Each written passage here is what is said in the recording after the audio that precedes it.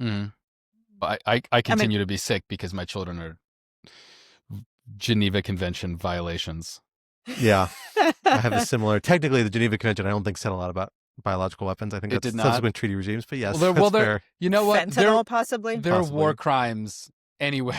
Anyway, you slice them. I believe me, man. I'm coming off the worst week I think I have ever had, involving me missing every single holiday celebration of the season, more or less, because of sick children, and including canceling one of my own. And I never actually got sick, but I tested positive, so therefore I had to cancel all my plans to be a responsible citizen. The key is if you never test, you can never test positive. That was, I believe, America's strategy until about 2021. And we're going back to that, so, you know. Yes, yeah, kind of. I guess that's right. I felt like I did. I took so many tests. I didn't realize you could get flu tests. Honestly, I hadn't processed that you can do them just like COVID tests now.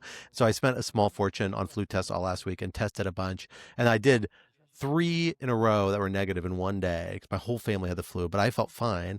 And I was like, I think I can do this. I think I can go out in the world. So I actually went to an event with a senior foreign official that I coincidentally got invited to.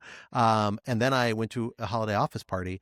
And then the next morning I tested positive for the flu. And I'm like, okay, so I may have just infected my colleagues. I may have caused an international incident by Basically, getting someone typhoid sick. Mary. Exactly. I could take out a part of the senior foreign diplomatic corps. I mean, who knows exactly what could happen as a result of this. But then despite canceling all my weekend plans, I never actually got sick. I just got tested positive. I felt fine most of the weekend. It's infuriating. We need an EO on Scott Anderson also being a weapon of mass destruction. Yes, seems. Exactly. Just a typhoid Mary, the best kind of typhoid Mary, the healthy kind. But I did have a small Christmas miracle, which was delightful, which never happens, which is that my still fairly sick children on, I think it was Friday or Saturday, when I was sad, having to stay home, having canceled all my holiday plans for the weekend, they kindly piled up on me, both babies, and lied on top of me for the entirety of A Muppet's Christmas Carol and watched the entire thing. I think the baby actually had to go to bed at the last half hour mark. But the older one stayed awake for the whole thing, which was great because usually they won't sit through the movies that I like. And my son just wants to watch K-pop Demon Hunters nonstop, but even in the holiday season. But at least we had that moment of zen. There That's is lovely. nothing. There is nothing better than a small, warm human who has just decided that you are a source of comfort and will now nap on you for like 15, 20 minutes. I mean, I think you just described the premise of the movie Alien. On you, not in you. Oh, I'm sorry. You know, prepositions. Complicated. Hello, everyone, and welcome back to Rational Security. I am your host, Scott R. Anderson. Thrilled to have you back with us for another edition of the podcast. We invite you to join members of the Lawfare team as we try to make sense of the week's big national security news stories. And what a team we have with us this week. We have a little something old and a little something new. But a little something old this week. How dare you, Scott? Is new. It's really not very good on either front. But I do this a lot. I do this every week, guys. I got to come up with some new way to introduce people. Not old enough to be comforting, not new enough to be exciting. It's Alan Rozenshtein. There you go. That's exactly right. Co-host emeritus Alan Rozenshtein back on the podcast. Alan, always good to have you back on the pod. Thank you for joining us. Oh, hello.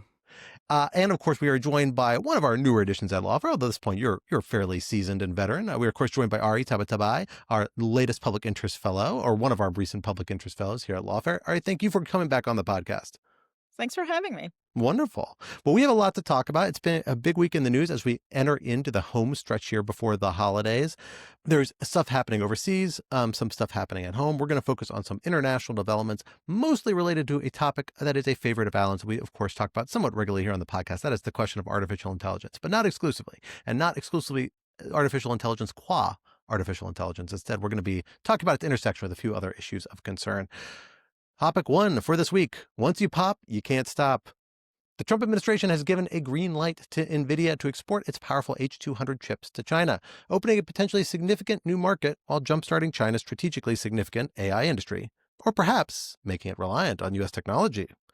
What explains this decision, and how does it align with the Trump administration's broader reframing of strategic competition with China as a primarily economic problem, something we see reflected in the recent national security strategy? Can we also address the question of whether or not you're allowed to talk about AI chips without making a potato chip pun? Or is that No. the only pun that's allowed? It's the only pun that's allowed. It's the only pun that's allowed. Good I don't to think I've used this one before. I think this is the first one I've done. The once you pop, you can't stop. I And like Pringles. Are it. those even? I guess those are potato chips. It's like there's kind of anonymous. Well, chips the other one you could have done was Lay's, which is right. You can't just have one. You can't have Isn't that just the one. Lay's Yeah. Or that's Ruffles or It's something. a fact. Yeah. Ooh, you could do ruffled, like ruffled feathers, kind of get the. I don't think that's better than mine. Ruffles. All right, moving right along. Wow. That's why I'm the host now. This is also because you left, but that's fine. Topic 2: Lavatories of Democracy. I may have used this one before. I'm a little worried, but that's okay. I still like it. Lavatories of Democracy. Late last week, President Trump signed an executive order setting up a number of mechanisms intended to assert federal preemption over and otherwise deter state efforts to regulate the development and use of AI, an executive branch only effort that followed a failed push to insert a related legislative provision into end-of-year legislation.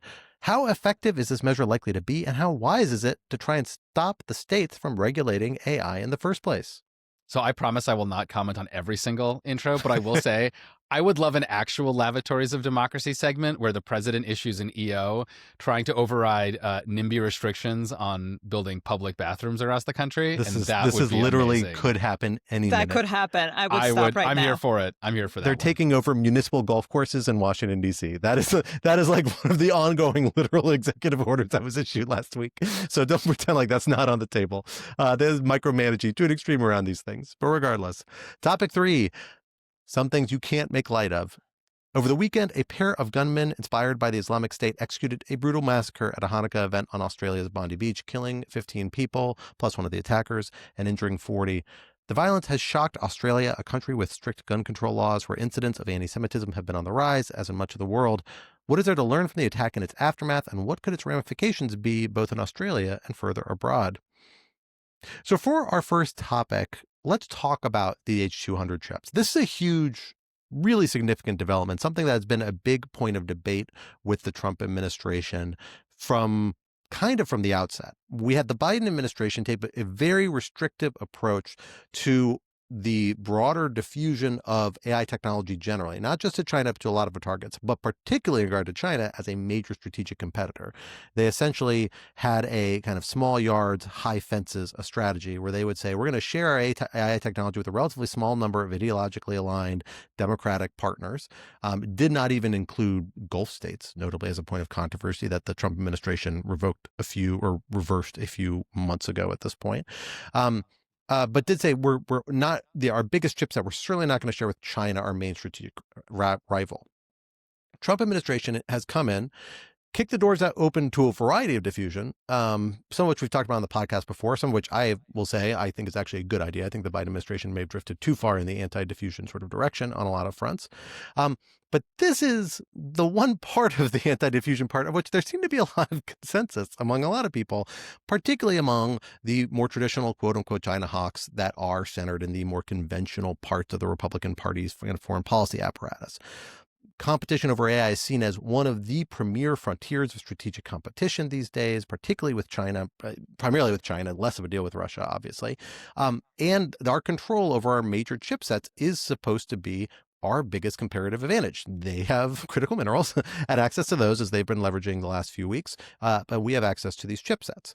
And this would give them access to not actually the top of the market, top production chipsets. There's whole new architectures. My understanding is that this is kind of the one generation back architecture of this chipsets, but the most advanced of those chips, I think is called the Hopper architecture? I can't remember off the top of my head, but now we have Blackwell models and kind of whole new architectures that aren't yet being provided to China, but this is still a huge jump in the type of access they were provided to. Previously, China had access to I think it's H20 chips, not H200 chips, H20 chips, which were basically a deliberate step down to avoid hitting certain benchmarks in U.S. export controls. And now those export controls have been lifted to allow this more full chipset to be exported. Different assessments have reached different conclusions. Some have said, well, we're doing this because what the strategic reason this is not inconsistent with our strategic goals is because we want to cut the legs out from under China's development of its own indigenous chip manufacturing. We want them to get reliant upon our chips, and therefore we're going to provide them their chips so that, yeah, they will be able to develop their AI industry. But if they want to keep developing models, if they want to keep running these data centers, this is going to let them set up. They're going to be reliant upon our chipsets moving forward, and that gives us more leverage and more control. Other people say, yeah, but they will have, in the meantime, developed massively more powerful AI models that they otherwise would have trouble doing, although there's some dispute about exactly the impact this will have on the industry. And you are going to, in the meantime, really seems like it. Primary thing it does is offer up huge new markets to Nvidia, a company that we know has really been actively lobbying the Trump administration, engaging with them aggressively, developing a very personal relationship between Trump and Nvidia's chair, Trump administration taking stakes in Nvidia, things like that, as a way as different sorts of sweeteners. And a lot of people are saying, well, this seems like it's more of a business decision that's compromising the national security equities. I want to start with you on this, Ari, to put this in the context. Talk to us about what this episode tells us about kind of the Trump administration's broader approach to China, which I will say, and I think I've said on this podcast before, I think is the hardest part of the Trump administration's worldview to figure out what it actually says and means at this point, even though we just got a national security strategy, as we talked about last week, that says more than it said before on it, right? Because I think, are used to the Donald Trump that in his first term in office was an extreme China hawk, aggressive China hawk, a China hawk to an extent that made a lot of people uncomfortable on the left, a lot of people on the right uncomfortable, saying pretty inflammatory things, especially once the COVID pandemic kicked off and China became a focus of blame for that, targeting Chinese Americans in ways that made people uncomfortable, or Chinese nationals working here in academic institutions. A lot of these endeavors that people thought went too far during the Trump administration era. First 1.0. Trump administration 2.0, very different sort of beast. Its approach and attitude towards China, towards Taiwan, towards a bunch of these other issues, much harder to read, very different. It doesn't have the same touchstones that the first Trump administration did, a lot of which it shared with other prior Republican administrations and even with the Biden administration, which took a fairly, I think, hawkish view on China. So talk to us about how this fits into what it seems like the Trump administration's worldviews on Asia are, and how that informs the logic behind it, potentially. Yeah, I mean, I couldn't agree more. I think you're seeing just a lot of tension within the administration. And I think it is pretty obvious when you read the national security strategy that there are different sides of this debate within the administration. Last time I was on this podcast, we talked about kind of the divisions between state and DoD, for example, and how different camps sort of see this issue set. And I think we see more of it in this document. So a couple of things to highlight here, just broadly, before we even dive into this H200 episode, which I think is just like the epitome of it, really is a good case study for all of these tensions. The national security strategy contradicts itself on the regional piece of the equation, right? It talks about the PRC, as I think, Scott, you noted last week, not in the context of great power competition or strategic competition, as we've been talking about this kind of relationship over the past 7-8 years. But it does talk about it in the context of regional competition. And it highlights the role of allies and partners specifically in that competition. It does seem to acknowledge that we benefit greatly economically, security-wise, from having these alliances and partnerships so that we can compete in the Indo-Pacific region. But then it goes on to undercut all of these alliances, as the administration does pretty much day in and day out, especially when it comes to the Europeans. So it's almost like you have these different sides of the house that wrote different parts of the document, and they didn't really clear it with one another, and they didn't really have this kind of like final step of the process where you have a cohesive look to make sure that everything kind of like, everybody's singing from the same sheet of music and you're all driving in the same direction, to use a bunch of very mixed metaphors. And that's very apparent in the document itself. So it's kind of like, to me, there are pieces of the national security strategy that read as kind of this legacy language about alliances, partnership, competition. And then we go on to have this kind of civilizational language that is designed to kind of like undercut, alliances and allies and, Europe's value system altogether. The second piece I want to highlight here with the kind of tensions within the administration's worldview and the national security strategy is that, it talks about the administration investing in emerging technology and basic science. But it's doing that as the administration itself is going on cutting funding for research institutions, waging a war on institutions of higher learning, making it more difficult for the United States to attract talent, which is key to developing these sectors. And at the same time, you have a China, along with many other countries, but her focus is China, that is doing more to actually attract that talent, right? So China has introduced this K visa that is designed to attract STEM talent. And so none of these policies that the administration has been pursuing over the past year seem to be driving in the direction that the national security strategy tells us it wants to go in. So now to zoom in a little bit on the tech piece, I think the national security strategy gets one thing right. I agree with it wholeheartedly, which is that it rightly identifies the challenge of PRC state-led and state-backed companies building physical and digital infrastructure. It also correctly, I think, diagnoses the fact that we and our allies have not really had an adequate response to that so far. Um, but then again, it does that and acknowledges that. But the administration is in tension with itself when it comes to actually trying to rectify this challenge that it's identifying. And so you can't at the same time claim that you want to address this issue and also bemoan the fact that we're not doing more in the global south specifically to help build digital and physical infrastructure, while at the same time withdrawing from the world, and while at the same time making it more challenging for us to have it talks about a joint plan with allies and partners in that sense. You can't have that when basically your entire policy is designed to undercut allies and not be viewed as a reliable partner for people, right? Like one of the things that we've done, I think, over the past few years is talk to allies and partners about Huawei specifically, right? And the challenges and the vulnerabilities that come with working with Huawei. And often the response is, okay, well, what do you have to offer, that will do the same thing that Huawei does, but does not come with the vulnerabilities? And we don't have a very good kind of set of answers here. But what we typically had to kind of compensate for it was that we could say, listen, when you work with China, you get strings attached. They're not the most reliable. There's all these vulnerabilities that come with it. And, working with US companies, you're not going to get all of those shortfalls. And I'm not sure that that is necessarily a winning argument anymore. And the last piece, before I kind of kick it back to you, Scott, is one thing that was really interesting to me reading the national security strategy is the mention of semiconductors only in the context of Taiwan, which is quite a departure from the Biden administration national security strategy, where it was more holistic, right? The way it talked about semiconductors, it talked about reinvigorating the supply chain. It talked about in the context of national security and competitiveness, and then of course the investments made by the Chips and Science Act. And here I was surprised by just how narrow the focus was. So I don't know if that signals anything substantive or if it's just, a case of, how this goes back to the question you were asking last week, how seriously should we take this document? But interested in what you guys think and how you reacted to it when you were reading the document. Yeah, it's a really interesting question.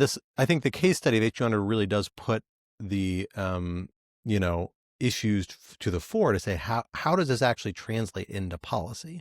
These broad, sometimes vague, sometimes not always consistent, it seems, policy statements, ideological statements, strategic statements in this security strategy, which reflect broader statements. There's, of course, a specific AI action plan that is a similar strategy document. There's lots of other statements the administration has been making. How does this actually fit into those? So, Alan, let me turn to you on that then. Somebody who looks at the AI industry and technology a little more closely than I think Ari or I do. Talk to us about like how big a deal this actually is and what its strategic ramifications seem to be on the technology side, and how that fits in with the broader, I guess, tech policy perspective, and where that intersects with these broader strategic questions. Yeah, so I think a lot of it's just unclear. And I want to say I don't think this is an obvious policy question here about exporting chips to China. If I had to make the call, I would probably not. But I think more because that's the quote unquote safer call. That's more of the status quo call rather than me being particularly confident that from a long-term perspective, this is the right geostrategic answer.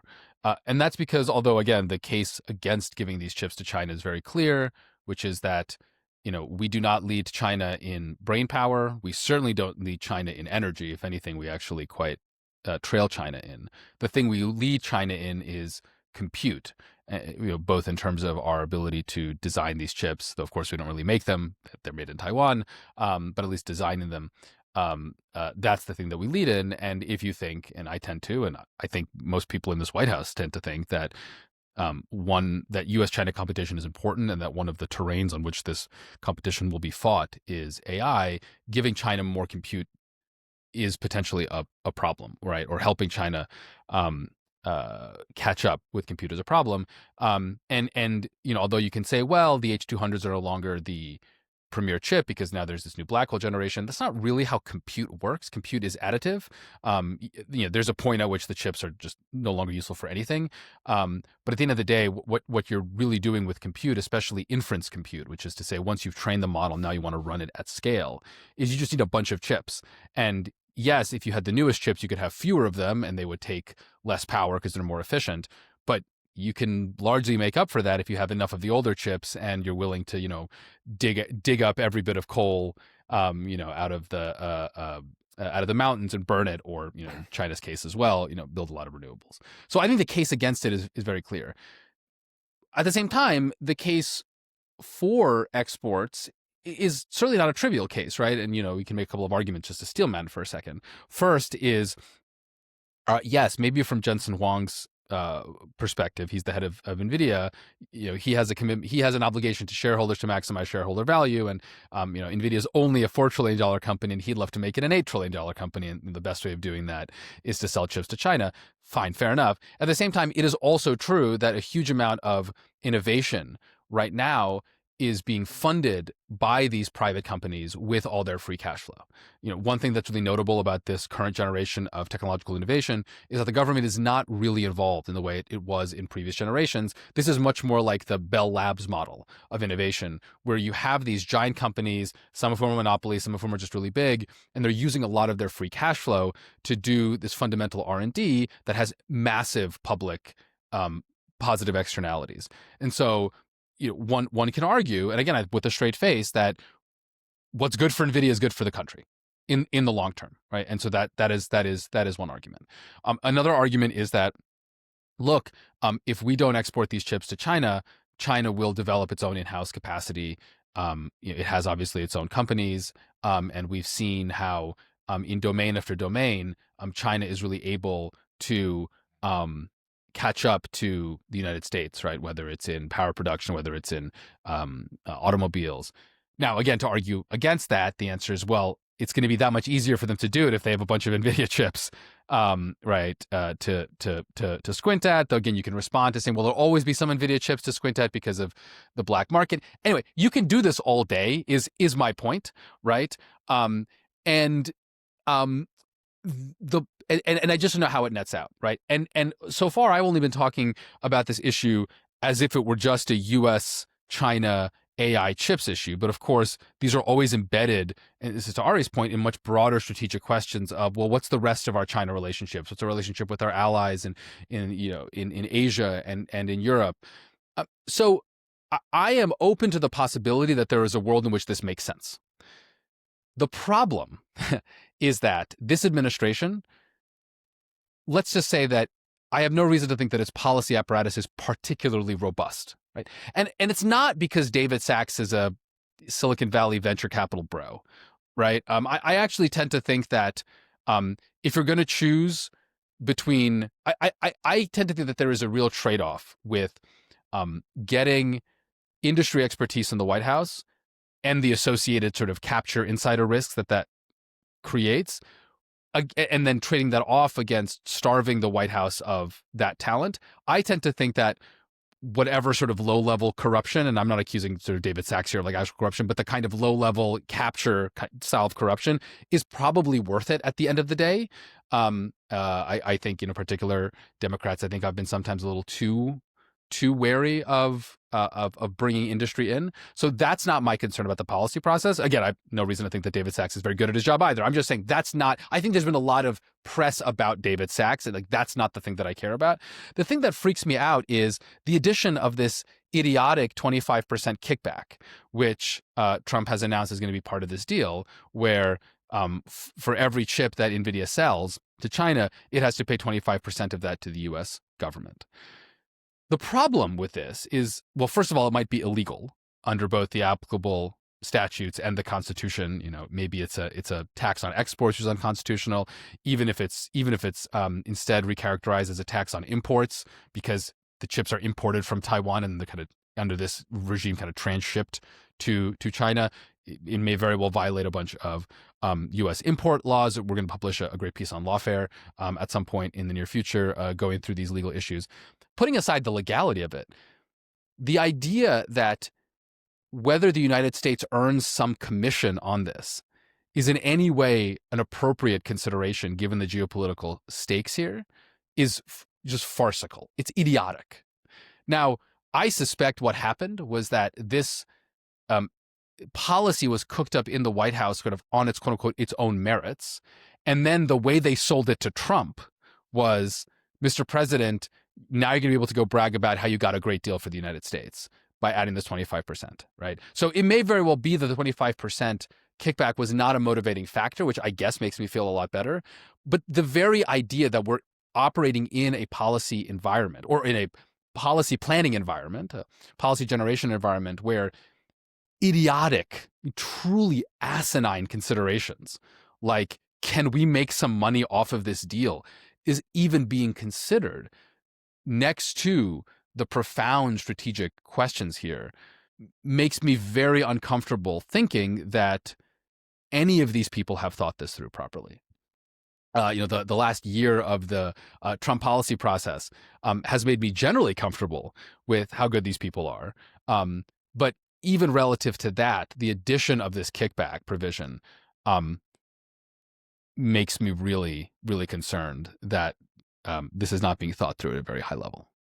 And so one other piece here, Scott, my apologies, is the kind of the PLA piece of the puzzle, right? And I don't know enough about how you utilize these things and military capabilities to have a very educated thought on it. But there's a really good piece I recommend folks read by Sam Bresnik and Cole McFall of CSET in The Hill, where they talk about PLA procurement documents actually and break it down. And again, from kind of like my very top line knowledge of this, I tend to agree with everything they say, which is that, look, the PLA is looking to develop AI-enabled military capabilities. This may not make or break said capability, but we should be maintaining every inch of superiority that we have. And we know that the PRC has used every single insight into our capabilities that they've gained to advance their own. And then we've had to play catch up in pretty much every single one of those programs. And so there is this kind of there is, beyond all the things that Alan laid out, all of which are, make total sense to me, there is this piece of the kind of defense PLA modernization piece that we should be really thinking about as well. Yeah, well, and I think to me that really pulls out what the core tension is here and where I think the intersection is between the worldview and the national security strategy, which I do think actually brought some things into focus, particularly around Asia, and this deal and the general weirdness around the Trump administration's approach to AI in particular and strategic competition generally begins to come into focus a little bit. I mean, tell me what you all think of this, but this is kind of where I've landed on this. The national security strategy describes Chinese competition in strictly economic terms. It's about trade balancing. It actually doesn't really talk about military conflict, except the possibility around Taiwan. And then it makes the point, okay, we need to, set up lines of deterrence to avoid a military conflict over Taiwan, maybe makes a passing glance at the South China Sea. But basically says, look, Taiwan we need because of chips and semiconductor. That's it. It's not about democratic norms, all this other stuff that usually finds its way into past, particularly Republican national security strategies. It's not there this time. This time it's really just about this economic issue with Taiwan, which is kind of a passing thing. Elsewhere, the national security strategy says, hey, with both China and with Russia, it's just a matter of striking the right balance. They actually say quite expressly, powerful states it's a natural that they want to exercise control over the things around them.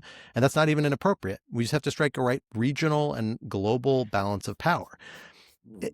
I think it reads a lot. I said this on a podcast we recorded with Dan Vyman and Corey Shockey and Ben Wittes earlier this week for Lawfare, which I encourage folks to check out. I think it reads a lot like spheres of influence. Which is a different vision of what strategic competition is, right? Like the strategic competition through the Obama administration to the first Trump administration to the Biden administration was this idea that China and Russia are offensively seeking to rewrite the rules of the international system that otherwise benefit the United States and its allies, providing kind of rules of the road, and that there needs to be an effort to constrain them from doing that. It's kind of like a rough parallel, like I think offensive realism in kind of IR school thought, the idea that like China and Russia are on the warpath, are actively competing and going to contest with us, and we'll keep pushing the envelope, and we need to be prepared to push back. Instead, here, the Trump administration is taking much more a posture about saying, you know what, maybe we can all get along on the major power front if we all accept we're all great powers, we all get our own sphere of influence. And they basically imply, hey, Russia, we got to strike the right balance with the Western Europe, which is kind of within our sphere of influence. But otherwise, we just have to strike the right balance and maintain a sustainable relationship with them. China, we got to right size our economic trade imbalance. That's what we care about. But that's our core interest there. It's not about maintaining this kind of broader architecture. If you accept that, then it becomes much less of a zero-sum game, and the ability of seeing more wiggle room around, well, maybe we can accept that China has like a little bit more advantage in AI because there's no reason to see it as a strictly zero-sum game because there's no inevitable military conflict, because maybe we just don't actually care about that much. We need to prepare for the contingency, maintain strength, but it's not an imminent concern like it was phrased by the Biden administration, by the first Trump administration. I think that actually begins to make a little bit of sense, and it opens up a lot more space for other weird priorities that this administration has, like 15% kickbacks, which again make no sense for the reasons Alan noted, right? Like if you wanted to supercharge the U.S. AI development internally on the corporate side, the Bell Labs side, you'd give that 15% to Nvidia to spend on research, right? But you're not doing that. Or maybe you force them to kick it into public AI labs at least and like sink it into universities and other things. You're not doing that. It's just going to the general treasury. We don't know what this 15% is going to be used for, right? If it's even legal, which again, reasonable questions there. It just becomes this much more loose sort of domain. And I think the real question becomes like, well, is this actually a worldview that is motivating and informed by something that's driving these policies? Or is it just an effort to ad hoc rationalize what is in the end a somewhat incoherent bundle of policies? And the truth is, like with all these documents, it's kind of both. But I think it does say here is that I think when we argue about like, well, look, isn't this like really going to give China an edge in developing their indigenous AI industry? I think that Trump White House's answer is, yeah. Why is that a problem? And when you get to that point, like the people who are talking about China policy and China competition they're just completely ships passing in the night because there's just not as much commonality there as you may think. And I don't think the Trump White House can come out and say it quite that expressly. Like they acknowledge, yeah, we are going to compete. We are in a degree of competition, but I just don't think they actually rank that competition as zero sum or as high a priority as other people think. And you look, and you can see in the national security strategy, what do they talk about? The Western Hemisphere immigration. That's what they care about. They don't care about all of these other issues that are reserved for like chapters at the end, even though they're front and center for the last 15, 16 years of U.S. foreign policy. I will say the question for me that really comes down to, because Alan, I think you did a good job carving out the two different sides of this issue, is like what are the dynamics around diffusion in this context? This is kind of a broader question of diffusion generally, right? Diffusion being like essentially the exporting of AI technology. There's a really good argument out there that you actually want the world working off of US controlled AI models, right? Because in theory, 5 to 10 years from now, you are going to have AI integrated with all sorts of things around the world. And if they're Chinese dominated or Chinese controlled, particularly state run, you'd worry about all sorts of backdoors or weird weightings or all sorts of ways it could be manipulated. And B, you want to be able to exercise that degree of control, right? And maybe that lends into like concentrating data centers and energy production in US and allied hubs. But it's not clear to me how exactly this intersects with that. Like, how much is this actually going to cultivate dependence or not? Yeah, it's a great question. I think with the answer is we just don't know. The diffusion question is extremely complicated, and there are different answers depending on whether you're focusing on the software side or the hardware side. So on the software side, there's a separate conversation to be had about whether or not you want the world running on America's AI systems, or rather on, let's say, China's open source models or open weight models, to be a little more accurate. And there, I think there's a good argument to be said that, look, especially in countries that are choosing, right? What used to be called the third world or the developing world. If I'd rather have Saudi Arabia, run off of American models than off of Chinese models, let's say. Now, the question of what that has to do with chips is a little complicated. I mean, you can run sort of any model on any chip, obviously. Right. Depending on how the models are architected, you can get some performance. There are performance differences based on the chips you run them on. So it's not a one for one. On the hardware side, again, I think the argument that Nvidia or David Sachs would make is you want everyone operating off of American hardware, because then they're locked into the American hardware stack and something, and that's good. And it's often a little underspecified what the something is, right?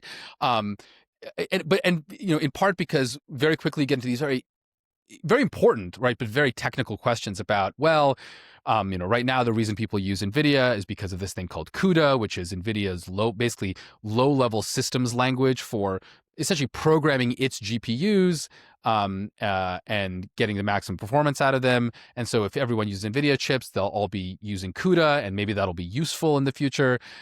On the other hand, perhaps there'll be alternatives to CUDA that will pop up, because it's not just NVIDIA that wants to sell chips. It's also AMD. Google has its own entire fleet of what are called tensor processing units that use other stuff. So maybe this will end up being not so important in the future.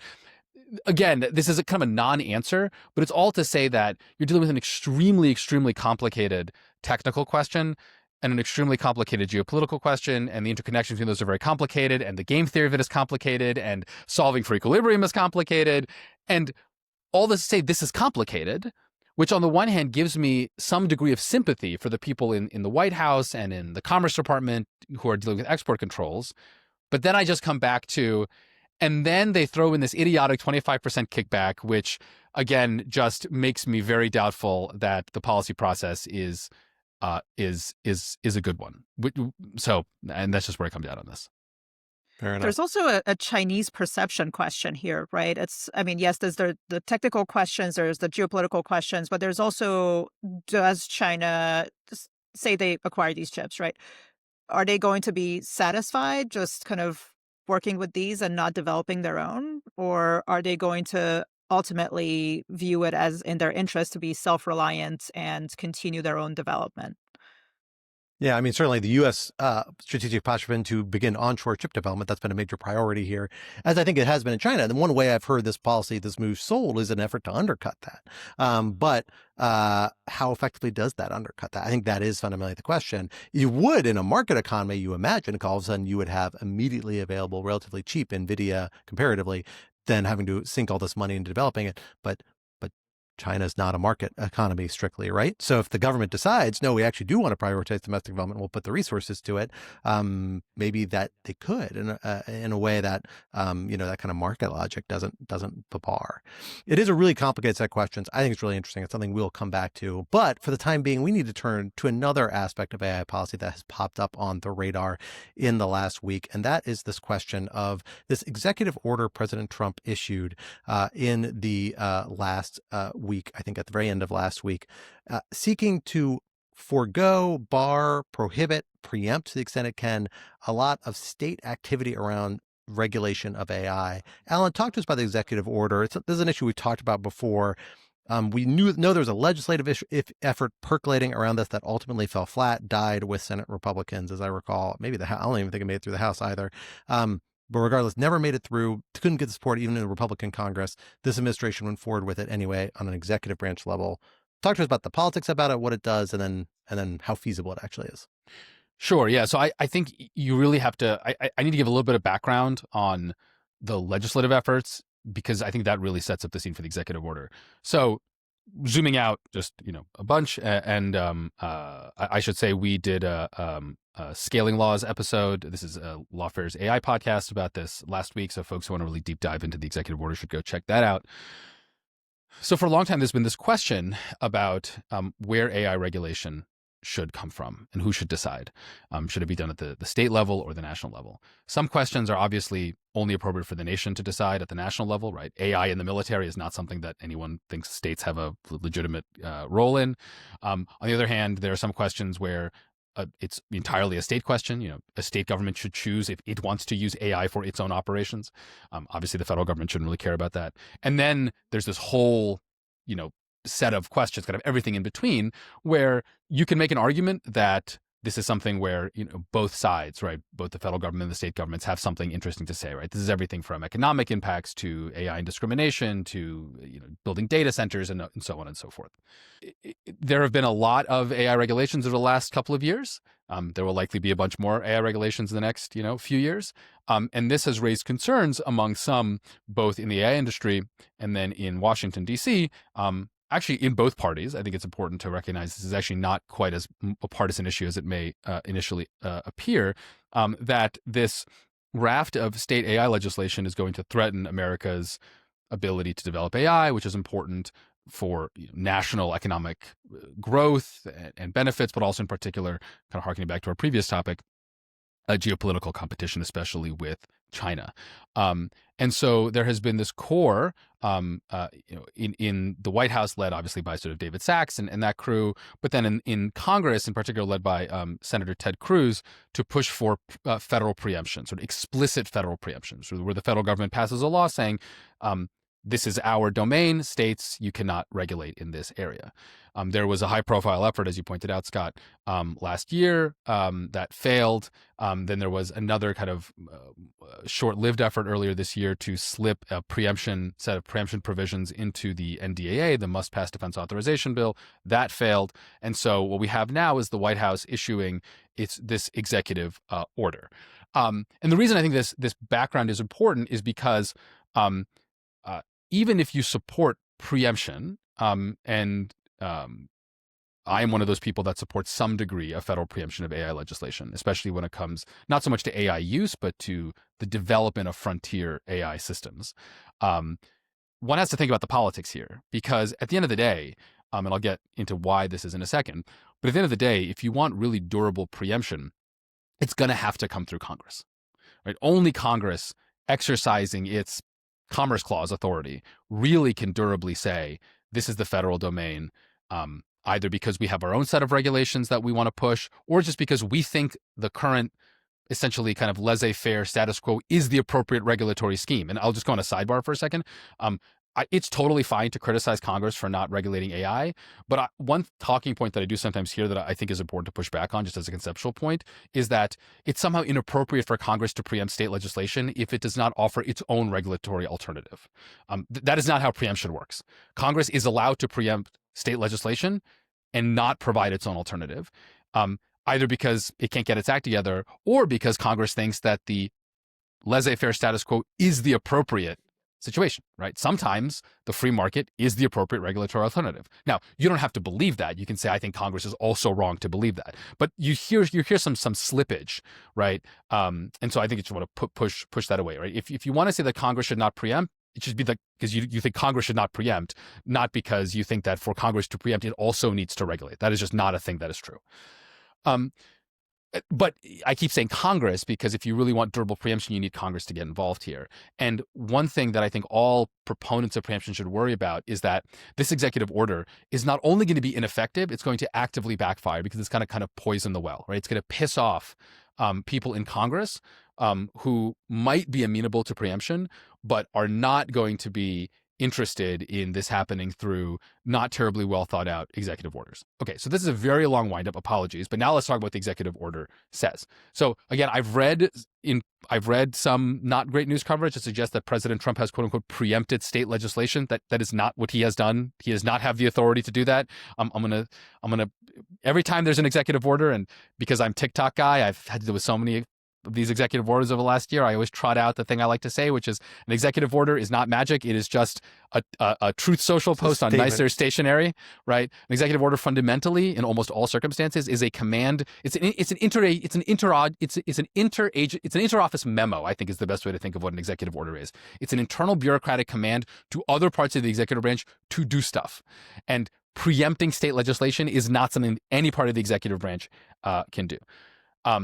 So what can it do? The main thing this executive order does is it directs the Department of Justice create a task force to go out and look for state laws that are already illegal or unconstitutional under a variety of theories, and then to litigate that and to try to get courts to strike down state laws that do that.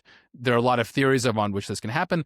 The most, I think, well thought out is what's called the Dormant Commerce Clause, and that's the constitutional principle that an implication of the Commerce Clause, which is the explicit grant of authority for Congress to regulate interstate commerce, is that even in the absence of congressional preemption, explicit congressional preemption, the states, as a matter of constitutional law, are not allowed to regulate if that regulation has essentially an excessive disruptive impact on interstate commerce. Now, the problem here, and again, you can go listen to the Scaling Laws podcast, and where my co-host Kevin Frazier and I kind of get into this a little bit, is that the Dormant Commerce Clause is an extremely complicated doctrine. It's actually currently in flux. There was a case from a few years ago that really unsettled it and made its contours extremely unclear.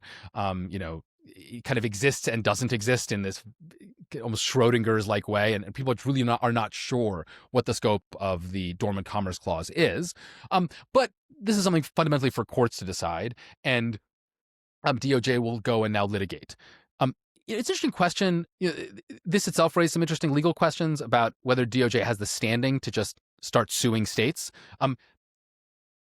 There's like a very niche group of AI lawyer nerds who we've all been trying to figure this out like over group chats in the last week. And I think I don't want to speak for anyone here, but I think our sense is that courts generally are somewhat solicitous to federal government standing when it comes to defending interstate commerce. So like maybe the feds could get into court on this. Whether or not you need the feds to get into court on this to tee up these cases is not at all clear. I imagine there will be a private litigant Dormant Commerce Clause suit against all of the laws that might interfere with the Dormant Commerce Clause anyway. So because the AI companies that don't want to comply will almost certainly sue to challenge them if they have the backing of the Trump administration. Exactly. So it's not clear what this will do, but I think this is kind of the sort of marquee part of this. There are other parts of the EO, I just kind of tick really quickly through them, where the FCC is supposed to go and study whether or not there are some federal communications statutes that might preempt state laws that try to require disclosures. There's a command to the Federal Trade Commission to see if, this is particularly far-fetched, if state laws requiring changes to model outputs for like algorithmic bias reasons might violate federal deceptive trade policy. And if that doesn't quite make sense of how that could possibly be, it's because it doesn't really make sense. And then the last part that has gotten a lot of attention is this spending conditions. So there is this pot of what's called BEAD money. This is basically money for broadband expansion. And it went through various iterations in the Biden administration, I think first Trump administration, and this latest Trump administration. And so Trump has basically told the agencies who administer this to see if they can condition some of the spending on whether or not states are interfering with AI too much. Again, we're also going to publish a Lawfare piece about this at some point in the near future, a really great analysis from someone about this, whether or not the government even has the power to withhold this funding. The short answer is it probably doesn't.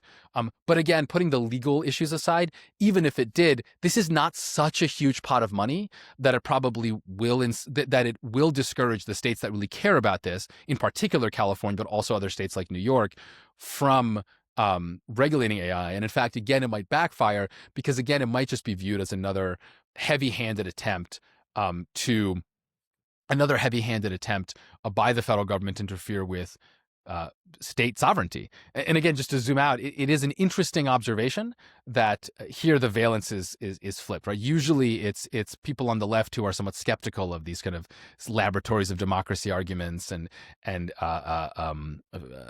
arguments that we shouldn't encroach on state prerogatives, whereas conservatives are quite a fan of those kinds of arguments. And here you have a Republican administration. I'm not sure that is a stereotype that has held up for many a year at this point, Alex. Maybe not. Maybe that is the stereotype of our youths. I would agree.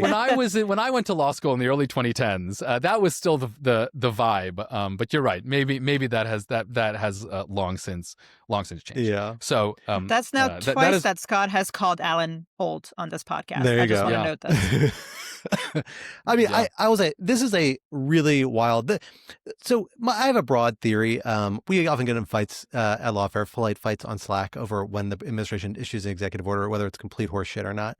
And I am strongly in the horseshit camp 90% of the time. I think that has been less true during the first. Basically, the longer you get in the administration, the ratio of horseshit dramatically increases throughout. What do you mean by horseshit? Like just performative? An executive trolling? order that is almost entirely performative. Or whose stated impact is dramatically greater than the actual likely impact is going to be. This administration has done a lot of very influential things with executive orders. Don't get me wrong, it's done a lot of it. Although, frankly, the sheer number of executive orders issued still does not track correlate in a normal way with the amount of impact those executive orders have had. I mean, Scott, did you know? Did you know that fentanyl is now a weapon of mass destruction? This may be one we've order? been talking about recently, where I tend to think it smells of horse poo poo pretty aggressively. That's a doo-doo EO if I've ever seen one. And I have to say, I think this artificial intelligence one does kind of fit in the same vein. It does do some things. I'm just not sure the things add up to much, because you said, you have a litigation threat. The Justice Department can threaten to litigate a bunch of things. That is true. They can do that anyway. People are probably going to litigate these things anyway if there really is an argument there. Maybe you get a little extra weight from the executive branch weighing in if you really think this administration had so much credibility with the courts or even the Supreme Court that it would be taken very seriously when it says things like, oh, this threatens U.S. national interest, stuff like that. Fortunately, this administration has burned that credibility cheap paper. So it is really doesn't have that much of it saved up with, maybe at the Supreme Court level, but I doubt it, particularly on a lot of this stuff, and it'd take a while to get there. The spending thing, I think, is a real problem. We've seen them try to use these exact same spending tools in the context of sanctuary cities since the first Trump administration. It's a very mixed bag. It's not very successful, ripe to legal challenge. There has to be some sort of nexus between the funding purpose for which money is appropriated and the conditions you put on it. It doesn't need to be tight, but there doesn't need to be some sort of loose nexus there. I don't think this gets close to passing that muster. But it's something they can threaten to do. And so the question then becomes like, well, maybe the threat's enough. And this administration loves to threaten things, and it does sometimes get wins from that. And maybe they'll get a little bit of win from here. But this is also happening in a context where, like, who are a lot of these state governments they're worried about? They're blue state governments who have the political incentive to want to fight the Trump administration on something for most of the part, right?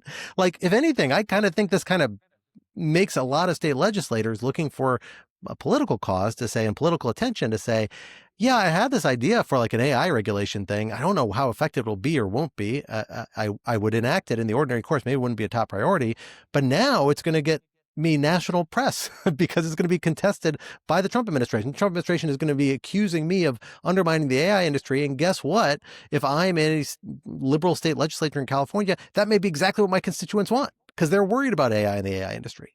So it's really, really a perverse and odd set of incentives that I think is really borders on foolhardy and is not likely to have much effect of the types that they're actually proposing to have here, let alone preemption.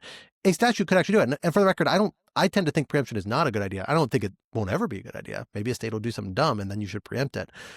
In the meantime, I buy into the Lavatories of Democracy idea, and I kind of think that you should let them operate that way.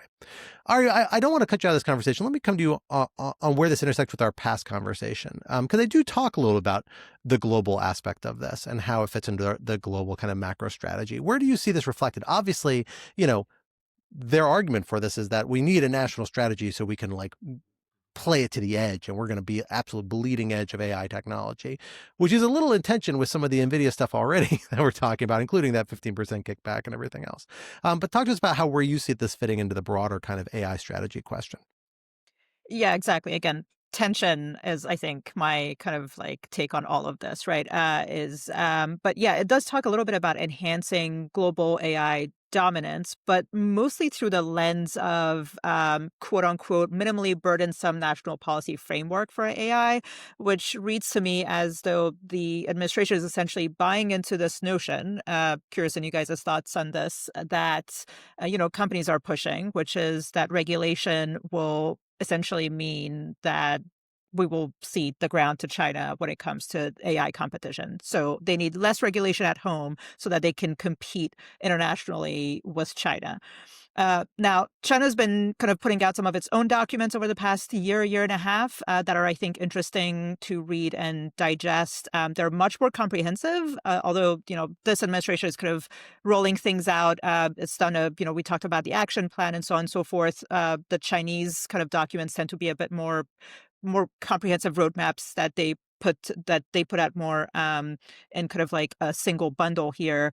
But there was the AI Plus initiative that was launched last year, and then the State Council over the summer released a directive on its implementation, which is a very comprehensive document that gets into kind of how they see AI generally and how they view themselves as competing in this space globally as well.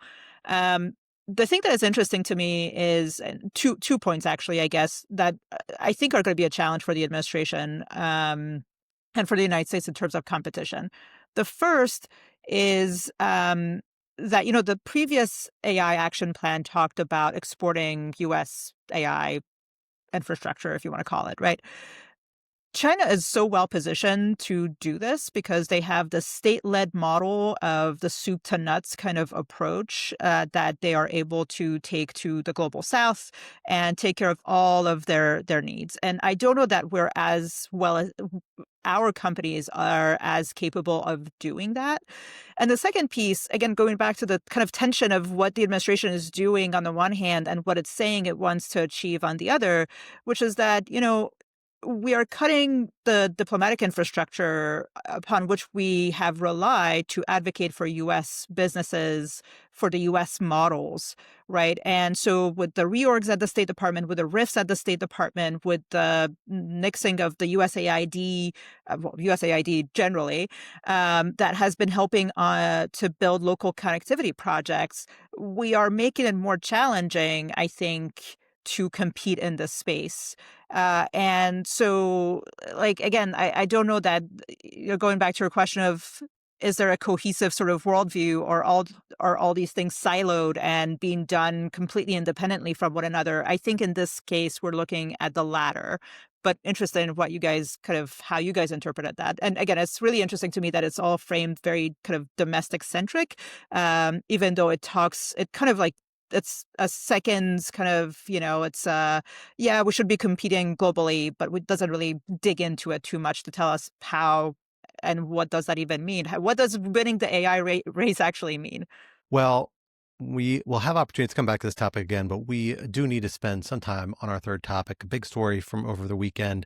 We, of course, saw a major terrorist attack take place in Australia. The first one of these, particularly Islamic State-inspired terrorist attacks, which it clearly appears to be now, according to media reporting, that we've seen in a little while, although notably there was another terrorist attack associated with the Islamic State in Syria that killed 2 U.S. service members and a civilian involved there as well, which we could talk about a little bit. But I think we want to focus on what happened at Bondi Beach. We saw a pair of shooters, father and son duo, according to media reports. The father was eventually killed. Son is captured and is going to face criminal charges. Haven't not seen them officially announced yet, but presumably is going to be charged imminently. Used firearms to kill 15 people, wound 40 at a Hanukkah event on Bondi Beach. It is an extraordinarily awful event, as these things are. Unfortunately, we have become too familiar with shootings in the United States in particular, and these sorts of terrorist attacks in a variety of corners around the world, shooting and also knife attacks and car attacks and other types that have taken place. But it's also notable because this one is happening at a moment and happening in a political discourse where it's having a lot of threads pulled in that have been parts of prior discourses but haven't always been as prominent. Immigration is the big one. We, of course, have the fact that the father of the duo that's accused of committing this attack was himself immigrant. I don't recall whether the son was, I don't think I've seen strong report whether the son was in fact an immigrant or not, or a first generation Australian. I don't think he was for some reason, but I need to double check that. I thought I said it was the latter, but we're not sure. Oh, really? Okay, maybe that's right. I should double check that. But we know that's a big part of this discourse. At the same time, we know the person who's come out as a hero from this, Ahmed Al-Ahmed, an Australian national, also an immigrant, played a key role in bringing down the surviving shooter and disarming him. So it is obviously there's an immigration angle here. There is the anti-Semitism angle, which has become a huge global trend, particularly since the October 7th massacre and ensuing conflict in Gaza, in a lot of corners in the world, including in Australia. But it's also it's occurring in the context of Australia, a country which installed some of the most restrictive gun control laws in the world, and hasn't really experienced that many mass shootings since the one in the mid-1990s that inspired that set of laws. But this is a notable one. This is a big one. And it appears to have been, at least so far, I don't think, again, we've gotten the full media accounts of this yet, but the firearms you can see and that are reported the individual were using were a bolt-action hunting rifle and a shotgun, which very well may have been legally procured, although perhaps modified to some extent under Australian laws, even the restrictive laws that exist, as the father of the duo is believed to be a member of a firearms club and hunting club. I believe I saw one report that said he had 6 firearms legally purchased under Australian law, which may well include these two. So it's a really complicated story, and you have to think about what jumps out of this on top of the human element about this that I think is important to keep in mind. Ari, I want to come to you first on this. I'd be kind of curious about what your reaction was to this. I know you're somebody who's worked in international security for a long time. These incidents have popped up in various contexts while you're in government. I've been in government as well. They always have these sort of policy ramifications. What jumps out at you as particularly noticeable here that's worth kind of focusing on from those sort of policy perspectives and the different issues that intersect at a horrible event like this? Yeah, so two, I think, big buckets of things on this horrific attack. The first is that this is the deadliest terrorist attack in Australia, which is noteworthy. And it is happening, or it happened in the context of a series of plotted, attempted terrorist attacks. There was news, I think, earlier this week or over the weekend about some individuals suspected of planning an attack on a Christmas market in Germany. There was something about a plot in Southern California. And meanwhile, to bring it back to the theme of many of my comments today, the national security strategy, counterterrorism is very much an afterthought in that document. It's almost as though we are wishing for the terrorism challenge to go away. And if we do what my cat does and like close our eyes, then nobody can see us and nothing, it all goes away, right? And it is very much wishful thinking. So that's the first thing here. The second thing, zooming in on this particular attack, is obviously the general trend of rising anti-Semitism, which you talked about. And, we've had this conversation in this country since October 7th to some extent, but it's often been very fraught and very much wrapped in the context of campus politics, Israel-Gaza foreign policy issues, First Amendment issues. And so it's been very politically controversial and challenging.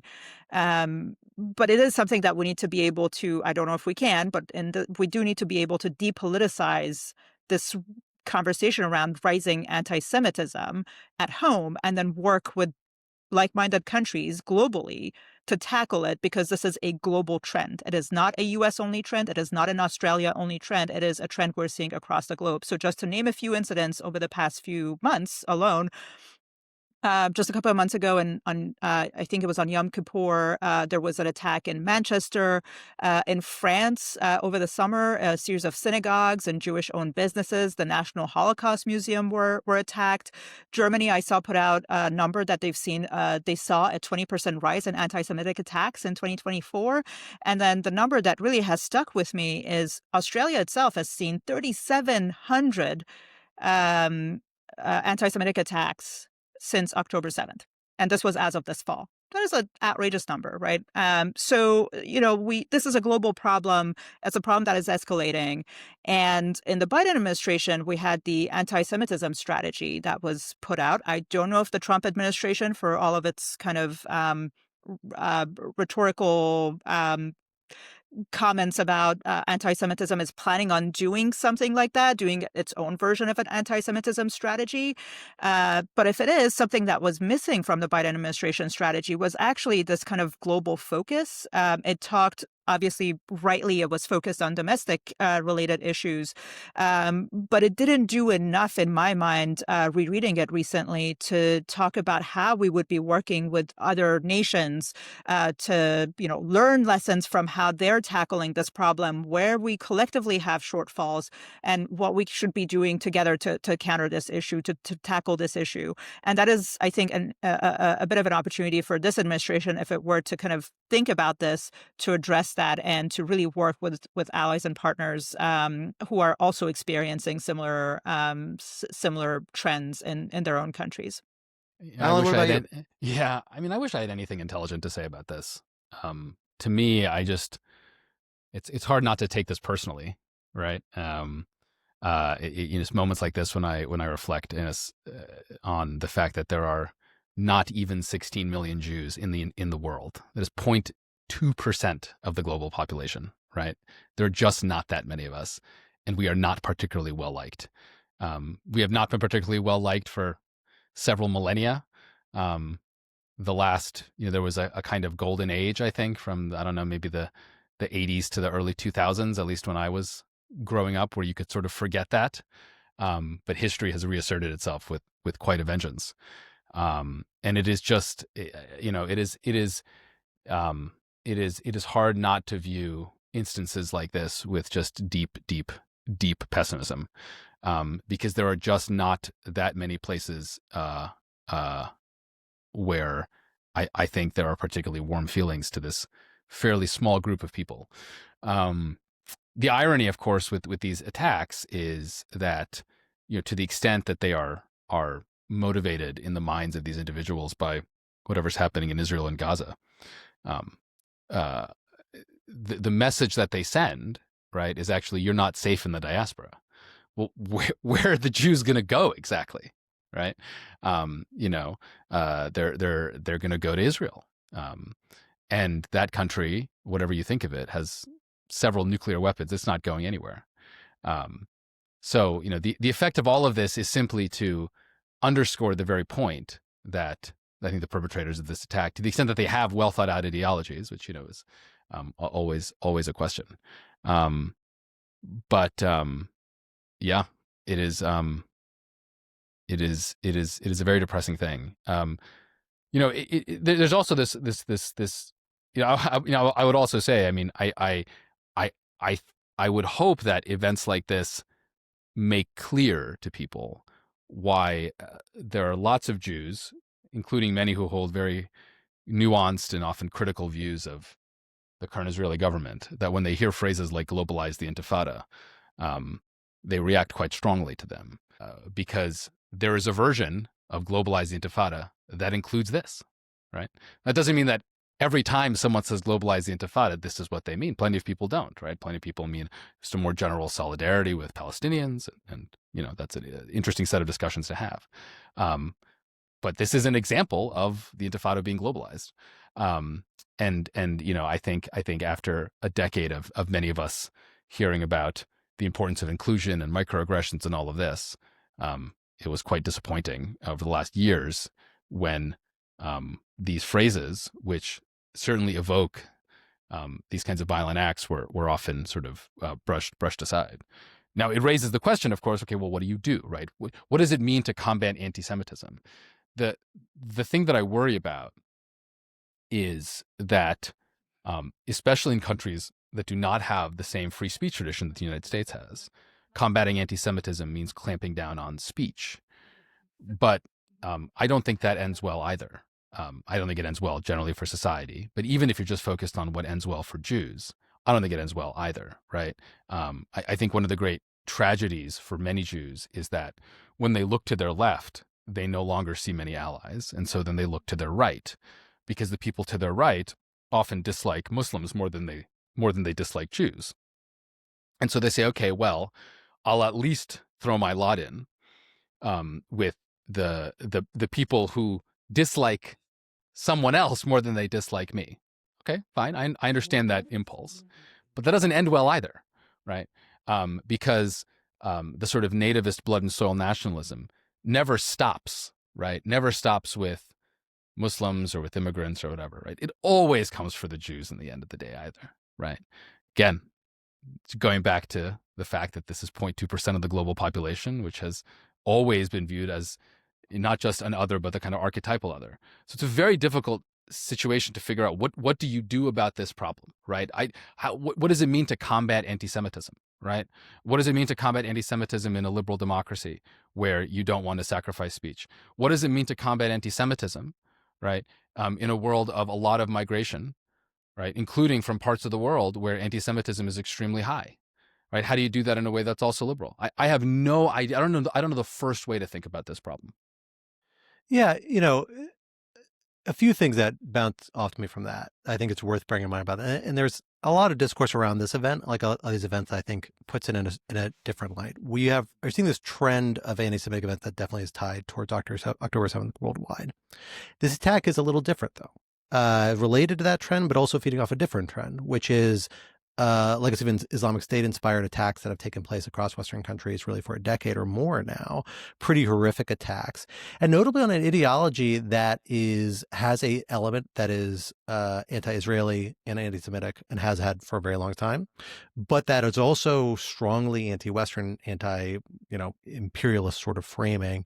And specifically, according to the media reports about I've read in the aftermath of this attack, talking about some of the active recruiting of the Islamic State, which is heavily diminished from its height a number of years ago at this point, particularly in terms of geographic control. What do they encourage people to do? They say target the countries that were engaged in the military campaign against us during the Defeat ISIS campaign from 2014 to kind of ongoing still, but the bulk of it through 2019 or 2020, right? Among those targets, many of them have had, some have targeted Jewish communities, a disproportionate amount, but there's also been lots that targeted other folks as well. Think of the Bataclan attacks, like being one of the most vicious and deadly ones, right? Which attacked broad swaths of Parisian society. I say this to note that this is a trend that is not isolated to Jewish communities in terms of targeting. This is a reality of terrorism that is a persistent threat and a reality. Is it the number one national security threat or policy concern like it was for many years after 9/11, or at least framed that way? Should it have ever been? Less sure about that. But it is a reality. And here in the United States, at least, we are in a system where we know the vast majority of resources committed to combating and preventing acts of terrorism like this have been channeled to, frankly, immigration. So that should be a point of concern. I think this should be a reminder to people that these sorts of attacks can still happen, are still being actively encouraged by people out there, not just targeting Jews in parts of the world, although they get a disproportionate amount of the hostility, but also a variety of other people as well. The other element of this, I think, bears into this question of anti-Semitism is the fact that in the United States, you have this facilitation of the October 7th incident that has been a very facilitating sort of target, but this allocation of it and tying it to either advocacy for the Palestinian cause or immigration status. There are, people who fit those categories who have involved in all these attacks. There's also been lots of anti-Semitic attacks, particularly in the United States and in Australia, where that is not the correlation. Right? There are lots of people involved where they see a broader social milieu that seems critical, that sparks something, that sparks some sort of reason to take targeted violent action. When you look at the list of anti-Semitic violent incidents that have occurred in the United States in the last several years, only less than half of them fit that exact mold. There's a broader problem about anti-Semitism that's not just rooted in those. So if your idea of combating anti-Semitism is suppressing rhetoric around, Palestinians, you're not actually addressing the problem. And I think that's a issue that this administration really wrestles with. Oh, and not just that. I think you're actually underselling anti-Semitism, right? Oh, 100%. Because you're saying, it's funny if often one critique of sort of tone deafness from the left, which I think is a fair critique, is, whenever there's some anti-Semitic attack or event, people say, well, it's, we have to really understand the Israel-Gaza problem, right? As if that is kind of the triggering thing. And if only, Israel wasn't doing this thing, then these Jews would be left alone, right? And people on the right often, I think, correctly criticize the left for this. But then, for the record, I have heard very few actual people on the left ever say something like that, except for a few vocal people who then get trumpeted and made an example of. I think this reflects the kind of broader weird bifurcation of the discourse and framing around this in a way that is dangerous. But Fair enough. But the point I was trying to make was, but then when the right reacts to anti-Semitism by saying we need to clamp down on pro-Palestinian speech, the implication is itself to underplay the reality of anti-Semitism, right? Anti-Semitism is a 2,000-year-old sort of conspiracy theory, right? That long predates the Palestinian problem and will not go away if we have some marvelous two-state solution, right? Which is the source of my depression, right? Because, I look at what happens when you have 0.2% of the global population that plenty of people, in the Middle East and in Europe and, all sorts of places have hated for 2,000 years. And then I just trail off because to play the tape forward is too depressing. The last part of this I do think is worth talking about is the gun control element of it, obviously, because I've seen a lot of strange discourse around the idea, is this a failure of the Australian gun control system? The Australian government itself is talking about how they're going to ratchet and lean into gun control even more after this incident, response to this incident, because of course these attackers did get 6 weapons. I gotta say, my initial reaction when I saw this is, this is a real case study in exactly how those laws are really effective. Oh, yeah. If you saw 2 attackers armed with those sorts of weapons you can buy in the United States, I cannot imagine how many more people will be dead right now. Yes. They were using that. They did not even have available to them semi-automatic weapons. They're talking about bolt-lock rifle, meaning you have to manually, advance each round, and a shotgun. I don't know actually what model shotgun it was. I don't think semi-automatic ones are legal in Australia. It's my understanding. Compare that to the Mandalay Bay shooting, right? Where you had one individual with a semi-automatic weapon and a bump stock, now legal again as of thanks to the Supreme Court last year. And the sheer volume of devastation is just amazing. And these, no gun control law will probably ever be able to completely stop something horrible like this from happening. In European countries, you have, and the Islamic State actively encourages car attacks and knife attacks. And those are part of the broader milieu of these sorts of acts. But when you don't have access to the weapons as easily, you limit the scale when these horrible things do happen. And, if this had been America, so many more people would be dead. And that's a horrible thing to say, but it's, I think, a reality we have to reconcile ourselves with in a way that is a scary thing to think about. And I don't know how much training and what kind of training the terrorists actually underwent, but there is reporting that they went to the Philippines, they received some training, right? So at a minimum, they had some baseline here, which I think with the kind of weapons that we have kind of just on our streets would have been just even worse, right? Yeah. And here we have folks who who pick up a gun for the first time and do a lot more, even more damage. Yeah. So. Well, I think we'll have to leave this topic there. We felt it was an important one to talk about. Such a horrible incident occurred at this particular moment, but lots of things to think about, things we need to engage, I think, some of the discourse around this stuff pretty critically. And hopefully there's a step in that direction, at least. Obviously, there's a lot more to talk about as well. But for now, we are out of time for this episode. But this would not be our security if we did not leave you with some object lessons to ponder over in the week to come. Alan, what do you have for us? So speaking of everyone hating the Jews, my object lesson is the hit Broadway musical, Jesus Christ Superstar, which I have been obsessed with since I was a small child. So, like all good Jews. So when I was a kid, we had our family car had one of those, had a CD player, right? Because cars used to have this, and it was very fancy. It had a 3 CD player. So you could put 3 CDs in. Alan is moving his finger in a circle like we don't remember what CDs are. 3 CD players. I think the same age, Alan. 3 CD players. No. This is good. This is my object lesson for the elder millennials. And so in my dad's car, there were only 3 CDs. I think for like 7 solid years, it was just the same 3 CDs. It was the Beatles' one album, great album, Mozart's Requiem, fabulous piece of music, Fantastic. and Jesus Christ Superstar, right? The kind of original movie cast. And so I just listened to those 3. I feel like this says something about my sake as I listen to. I maintain that Jesus Christ Superstar, and so this reason why I was listening for this week is because there's, I guess, a current national tour, and so I got to see it last week in the Twin Cities. I basically was my every few months my wife and I sit next to each other on the couch and we like go through the listings of the various cultural organizations in town and like what should we watch and stuff like that. And so like I yelped out loud when I saw 6 months ago that this was coming to town. So I was like, Hannah, I know you hate musicals, but you have to take me to this. Like I'm calling in a marital favor. Like you need to take me on a date to this. Like I need to see this before I die. And so I went and I saw it.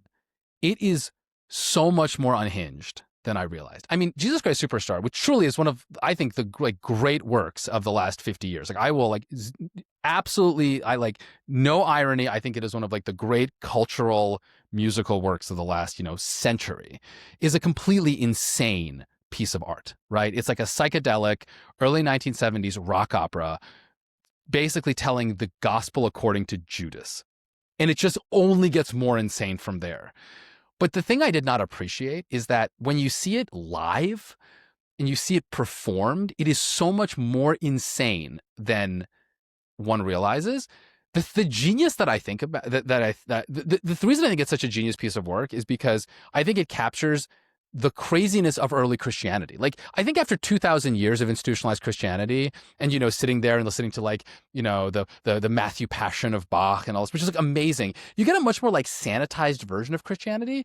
And we realize what it actually is, right? Like an itinerant anarchist Jewish preacher who is crucified as a common criminal and then is made into the Godhead, like by a third of humanity. It is an insane, it's a dude, that story, it's metal. Like that is a hardcore story.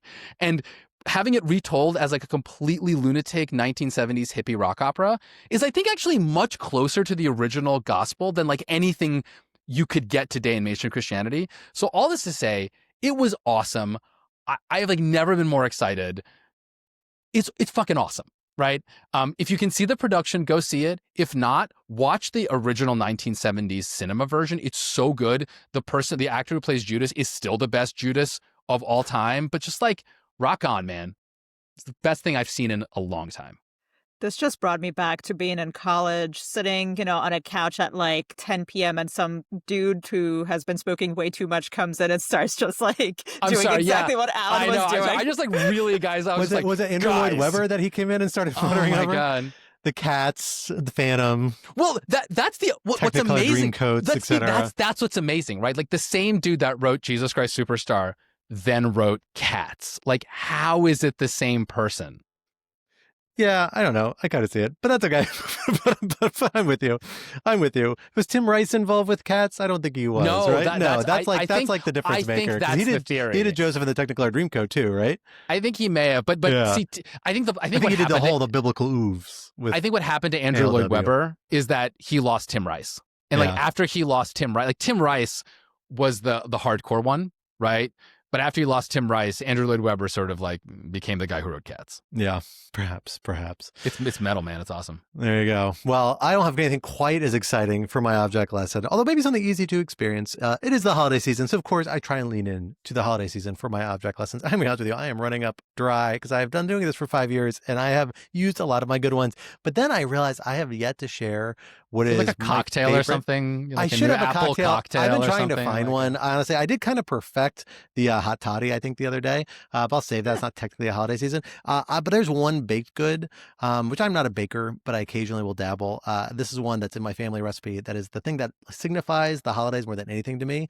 It's not necessarily a holiday thing, but it is my grandmother's sour cream coffee cake. It's an amazing old recipe. It's really, really good. It is so bad for you. You cannot eat it except maybe around the holidays, maybe one other time a year. But it's really, really phenomenal, dense, awesome coffee cake with like brown sugar and nuts. Is it tangy from the sour cream? A little bit of tang. I do love it. I do love a tangy baked It's got good. almost like a not quite a pound. It's like a lighter than pound cake, but it's got that kind of density and moisture. You know, really good. You know, a holiday dessert is good just by weighing it. Like if it's heavy, exactly. It's so if it's heavy, if it like gives you a neck cramp just holding it. And like this that's really a good tells you dessert. because the cake is very heavy. You can't eat too much at once, but You're you can incorrect. You can freeze it.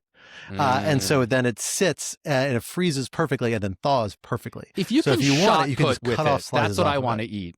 It's dense. It's good. Holidays. It's calories. It's like, it keeps you going through the holiday season. So I'm going to put this recipe, which I thought I had and I don't have with me currently. So I would read it out, but I'm going to procure it or re-procure it from my mother, and I'll post it online to share it. It is she made one while I was out of town for Thanksgiving, and she had like 2 slices left in the fridge that I saw and immediately devoured until I stopped myself and forced my children to each try a bite so that they could have a piece. I realized I don't think that either of them ever had it before. So it's amazing. So I highly recommend it. It's probably my favorite baked good in the world. Pass that along for you. Ari, bring us home. What do you have for an object lesson this week? Okay, mine is much less exciting and much less, joyful. So I watched a fantastic movie on a plane that I highly recommend. It's called Don't Let's Go to the Dogs Tonight. And it is a movie that came out, I think, last year. It's a South African movie. And it's it's an adaptation of a book that came out in the early 2000s. It's about a white Zimbabwean family following the Rhodesian Bush War. And it just deals with a lot of nuance and a lot of just beautifully with issues of colonialism, race, alcoholism, grief, trauma, you name it. It is beautifully done, really well acted, well written, just a fantastic movie. Maybe to save it for after the holidays, though, because, that's heavy. Yeah, seems like a little bit of a downer, but it sounds amazing. I'll have to check that out. Wonderful. First, you watch Jesus Christ Superstar, and then you just immediately roll into this movie. I'm not sure that's appropriate for the holidays either, before it kind of for the other direction. But that's okay. Either way, depends on the holiday, I guess. But that's fair. Well, regardless, this is, of course, the end of this week's episode. But Rational Security is a production of Lawfare. So be sure to visit us at lawfaremedia.org for our show page with links to past episodes, for our written work and the written work of other Lawfare contributors, and for information on Lawfare's other phenomenal podcast series.